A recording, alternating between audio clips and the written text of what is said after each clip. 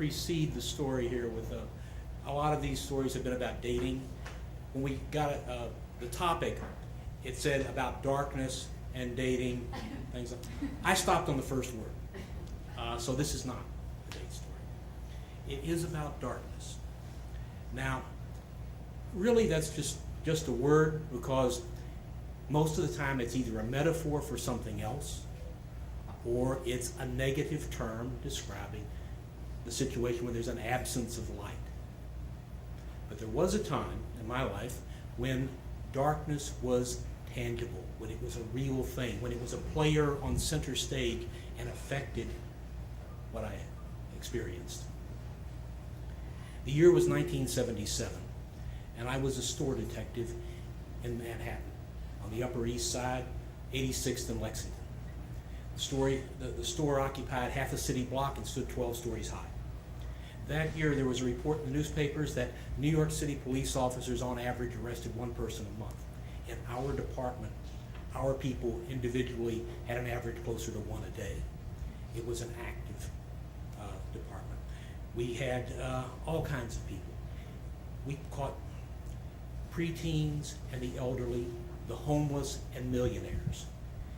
Nobody walked in the front door with a presumption of innocence because of the group they belonged to. But I'm not talking about people. This is about the darkness. And I'm going to mic a little closer to you because people have a hard time hearing. All right. How's that? I can do that. All right. And in 77, the whole city was afraid of the dark, because that was the year when the 41 caliber killer, later known as Son of Sam, went out at night looking for young girls with long dark hair, and he would shoot them while they sat in their cars. Now, more than half of the staff in our store were women, and we closed at 9 o'clock. So that year I saw a lot of hairstyles change, a lot of hair colors change, and those that didn't wore hats and scarves as they left. But that was a minor thing for the darkness. It had more coming for us, because we had the blackout in August, and the whole city went dark. I was working that night, but the generator on the roof was not working. And that was the night when a lot of people realized that in this 12-story building there were no windows. There were the glass doors on the main floor, and there were some windows in the executive offices and the cocktail lounge on 12, nothing in between. The only light that was there was the emergency battery-operated lights in the escalator well. My colleagues helped get customers out of the store. I was assigned to the back door, to the employee exit, and I was told not to let anybody leave, because we didn't know what was going on out there. There were no cell phones in those days. And already there was rioting and there was looting. Nobody knew how far it would spread or how far we were from that. So I'm there at the back door, and I got 50 to 100 people frantic to get home, squeezing into this little vestibule, many of them with flashlights they'd taken from the hardware department. And they want to get out. And I said, no, we have to wait until the manager says we can go. And I heard they were pleading with me, they were arguing with me, they were threatening me. And normally when people talk about waiting, they say, I had to wait X number of minutes, I had to wait X number of hours. But the point of waiting is that you don't know when the end is coming. And these people were getting more and more agitated, and I could see all the goodwill I'd built up over the previous months just fading away. And then I noticed they're looking back and forth at each other, trying to see who was going to make the first move to push me out of the way.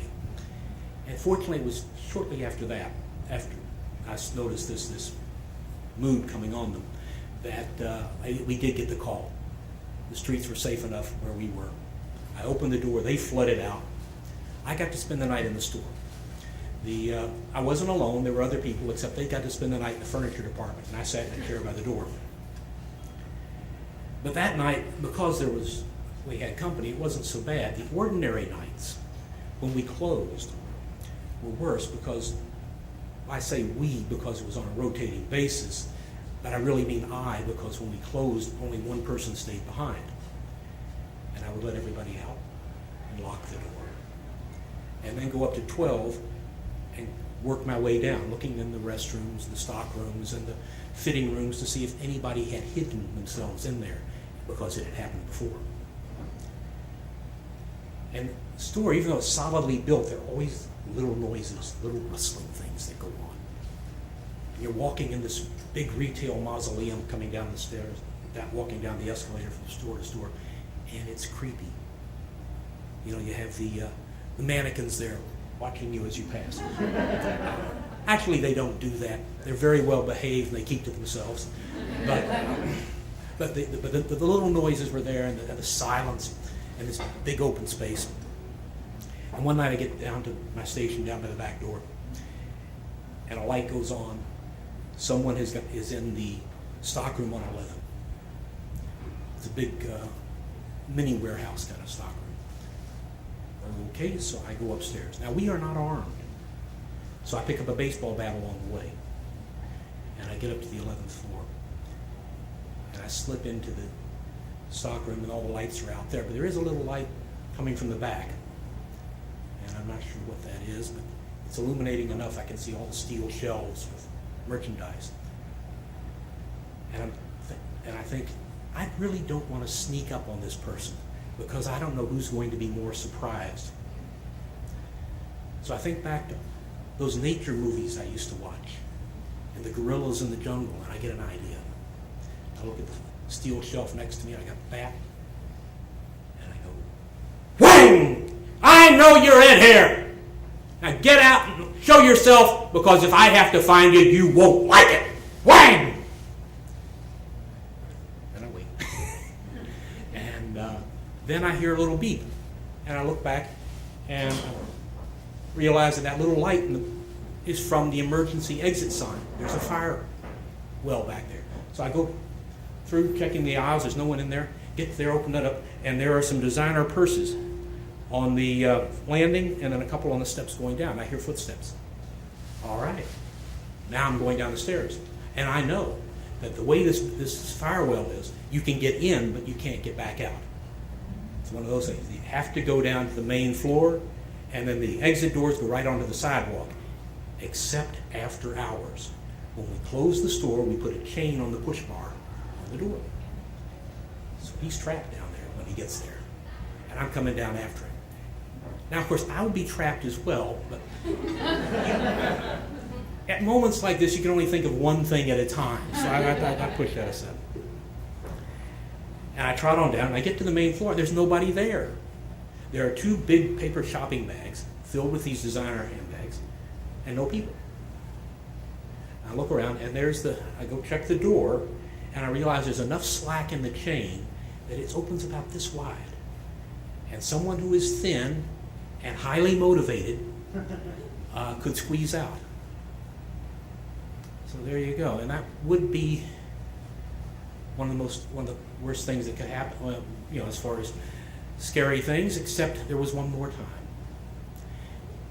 Another night. Now, because of all this, with the lightings and things at night, I decided I needed a light to carry with me. The lights the store gave us were big, bulky flashlights. So I went out and I bought a little pen light I could carry in my pocket. I would have my hands free most of the time, and if I needed it, I had it. And the next time when my turn came around to work at night, to do the closing, I had my little pen light. And the last job at the end of the night, the last chore, was after the lights are all been turned off, the alarms have been set, you have to go back up to 3. Because on the 3rd floor, which is where they had the women's wear, in the middle of the floor, there is the computer room. And you have to go check the temperature to make sure that at the time you leave, at least the computer is not melting. So, okay, that's fine. I've done this before. I leave the flashlight. I got my little light with me. I trot up to 3. Then that light column from the emergency lights, and then I step out into this dark jungle that is the women's wear floor. And they have the big circular racks with all the things hanging on them.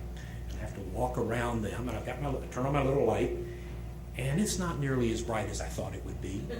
I don't know whether the batteries were old when I bought it, or whether this is 1977, they didn't have the LEDs and the halogen bulbs. So anyway, I know the floor. So I walk around, And dodging around these different racks, there are 2 walls in front of me with double racks of blouses and things. And in between them is the path I have to take. And I can see on the other side the little ribbon of light around the door of the computer room. I'm good. So I walk on through, flashing the light back and forth so I don't trip over anything. Get there, open up the door, and I am hit. I mean, it is so bright in that room. After having my pupils adapt to the darkness and being like that, now they are trying to compress down, and I can't see anything. So I wait, and finally I can adjust, and I write down the temperature, I turn around and go back out, but now my pupils are pinpoint. And I go into the dark, and it is like stepping off the edge of the world. There is nothing out there. I put on my little light, and it's got just a little light. I mean, all right, okay. Listen, there's same standard stuff I usually hear that I don't know what it is. And I'm going along around this one and around that one, and I look up ahead, and I can see the walls, because you can tell the textured darkness. It's kind of black and charcoal gray, and it's textured here where the clothes are, and then in between, it's kind of a flat black. And so that's the opening. And so I'm making my way over there, and I finally get up to that opening, and I turn the light up, and a man jumps right in front of me, and he's got a flashlight, and it's a real blow to your ego when you realize that the worst shock you've had in your life, the worst fright, is when you saw yourself in a full-length mirror. There's a lesson in there somewhere. I don't know.